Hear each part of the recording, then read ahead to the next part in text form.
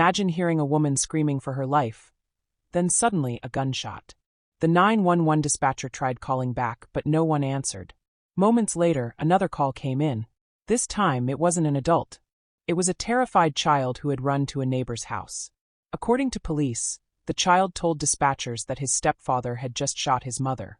When officers arrived at the home in Owasso, Oklahoma, they found a scene no family should ever have to witness. But what makes this case even more chilling is that the woman lying inside that home had spent weeks warning everyone she believed she was in danger.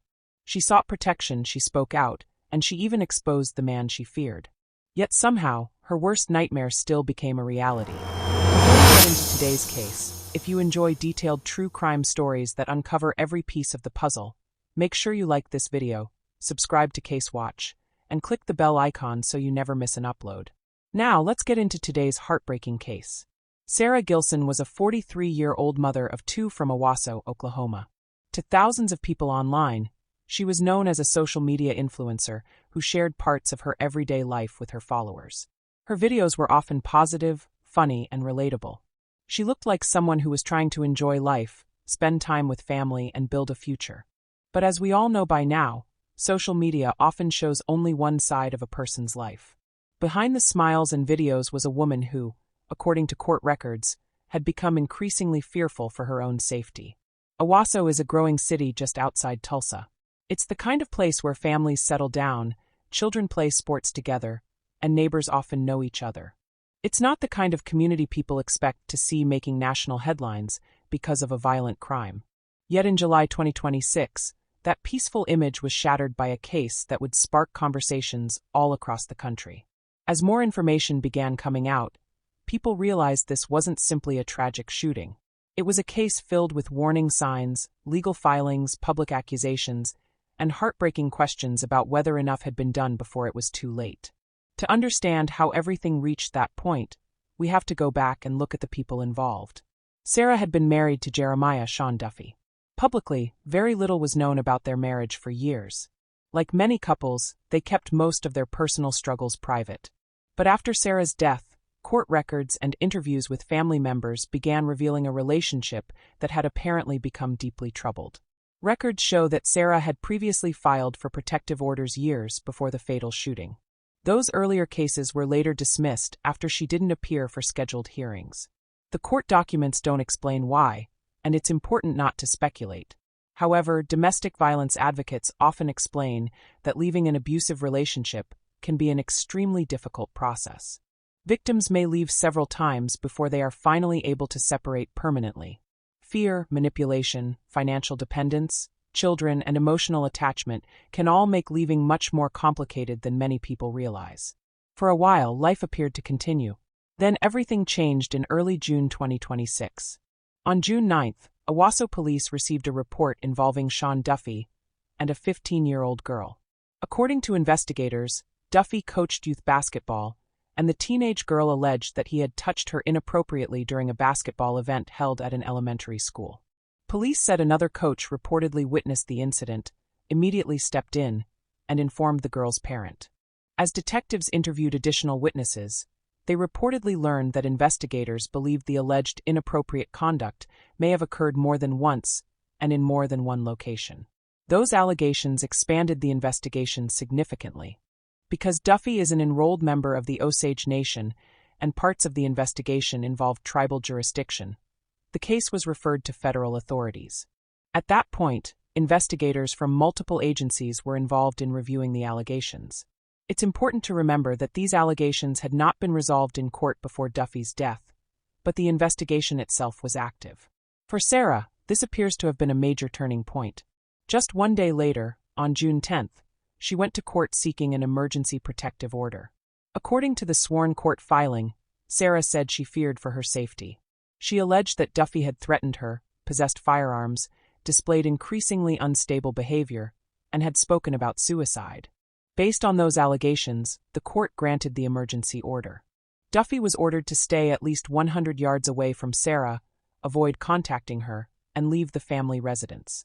What's especially striking is that Sara wasn't the only person seeking legal protection that day. The mother of the 15-year-old girl also obtained a protective order against Duffey in connection with the ongoing investigation involving her daughter. Looking back now, many people see June 10th as one of the most significant days in this entire timeline. Two separate families. Two separate court filings. The same individual. As investigators continued gathering evidence, Sara appeared determined to move forward with her life. Friends later described her as hopeful. They said she wanted a fresh start and was trying to focus on herself and her children. Earlier that summer, she had traveled to Miami. After returning home, she shared photos and videos from the trip and even described it as one of the best weekends of her life. To anyone looking at her social media, it may have seemed like she was finally beginning a happier chapter. But behind the scenes, another decision would bring national attention to everything happening in her life. On July 11th, Sara uploaded a TikTok video that quickly spread across the platform. The video followed a trend where creators jokingly act as if they're introducing a future Netflix documentary about themselves. Sara's version wasn't about a joke. She referred to her soon-to-be ex-husband and revealed that she had recently discovered he was allegedly a pedophile.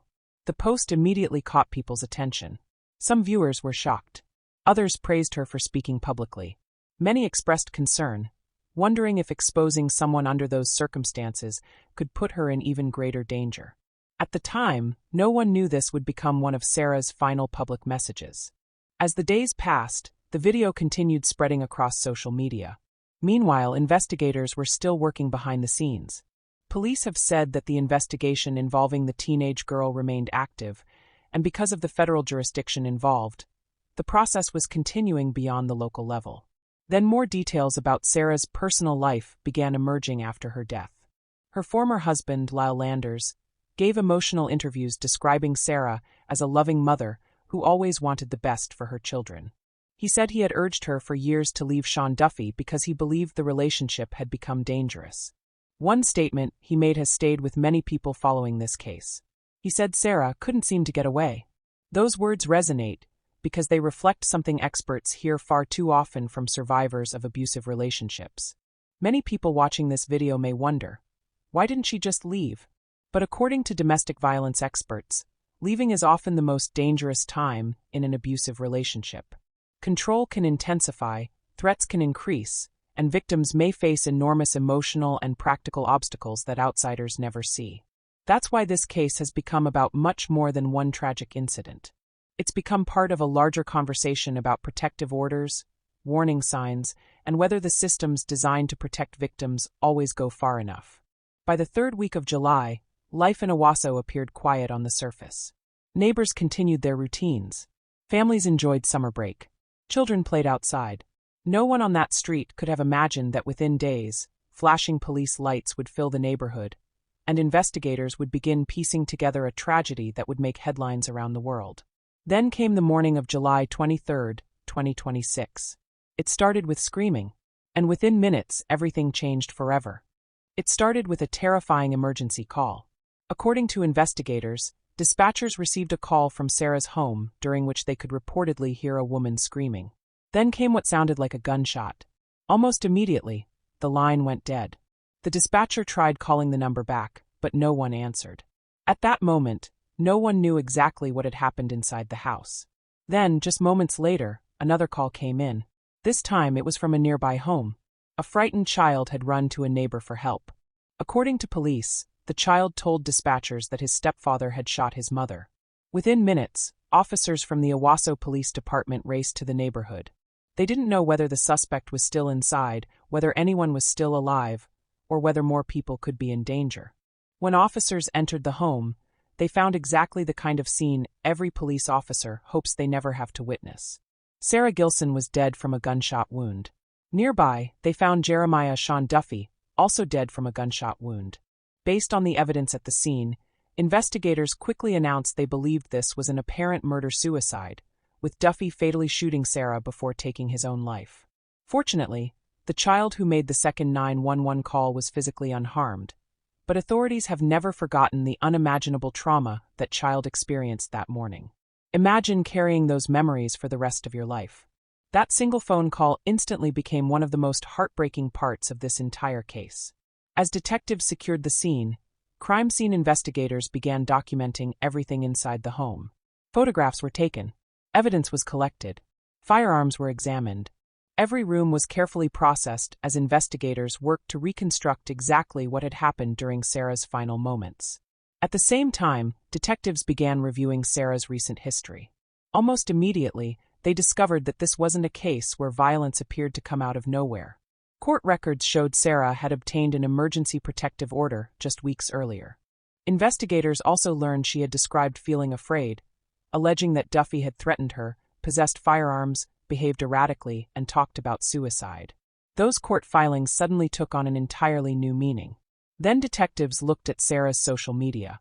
There they found the TikTok video that had spread across the internet only days before her death. Millions of people who hadn't known Sara personally now watched that video with completely different eyes. Instead of seeing someone participating in a social media trend, viewers saw a woman who appeared to be trying to warn the world about what she believed was happening in her own life. As news spread, reporters uncovered even more court records. They confirmed that Shawn Duffey had been under investigation over allegations involving a 15-year-old girl he coached in youth basketball. According to investigators, the allegations had first been reported on June 9. Police said another coach had witnessed one of the alleged incidents and immediately alerted the girl's parent. Because the investigation involved tribal jurisdiction, federal authorities had taken over portions of the case. Investigators were still actively working that case when the shooting occurred. Since Duffey died before any criminal charges related to those allegations could be resolved in court, those allegations remained just that, allegations that were never adjudicated.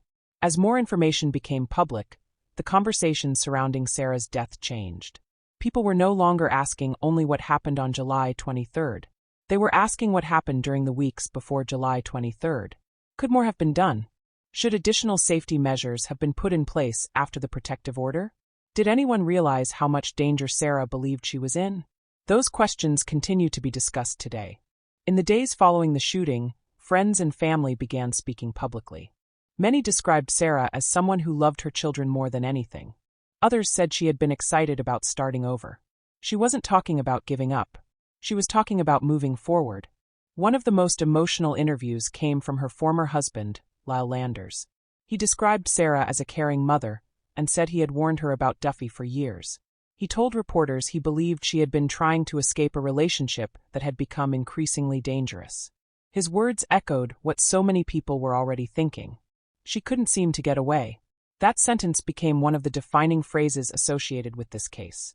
As investigators officially closed the criminal investigation into the shooting itself, there would be no arrest, no courtroom testimony, and no criminal trial because the suspected shooter had also died at the scene. Instead, attention shifted toward understanding the warning signs that came before the tragedy.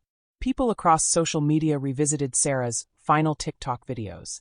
Domestic violence organizations used the case to remind victims that they are not alone and encouraged anyone experiencing abuse to seek help as early as possible. Many advocates also pointed to this case as an example of how complicated abusive relationships can become. From the outside, people often ask why someone didn't simply leave. But those who work with survivors say leaving is frequently the most dangerous stage of an abusive relationship because the loss of control can sometimes increase the risk of violence. As of today, investigators continue reviewing records connected to the earlier allegations involving Duffey, but the homicide investigation itself has been classified as an apparent murder-suicide. There are no additional suspects. Authorities have not announced evidence suggesting anyone else was involved. For Sara's family, however, the investigation ending doesn't mean the pain has ended. 2 children have lost their mother. Loved ones have lost a daughter, a friend, and someone they believed still had so much life ahead of her. An entire community has been left asking whether this outcome could have been prevented. And maybe that's the hardest part of this story. Not that investigators don't know who they believe was responsible. Not that there are unanswered questions about what happened inside the house. The hardest question is whether the warning signs were already there for everyone to see. Sara sought legal protection. She publicly spoke about what she believed was happening. She appeared to be trying to build a safer future. Yet the story still ended in tragedy. Cases like this remind us that warning signs matter. Protective orders matter. Taking threats seriously matters. Sometimes the most dangerous cases are not the ones hidden in complete darkness. They're the ones where victims have already found the courage to speak. Before we end today's video, I want to hear your thoughts. Do you think more could have been done after Sara obtained the protective order? Why do you think so many victims remain in relationships they know have become dangerous? And what changes, if any, should be made to better protect people who have already reported that they fear for their lives? Please share your thoughts respectfully in the comments below. These conversations can help raise awareness and may even encourage someone facing a similar situation to seek help. If you found this case informative and want more in-depth true crime stories told with facts and respect for the victims, don't forget to like this video, subscribe to Case Watch, and click the bell icon so you never miss an upload.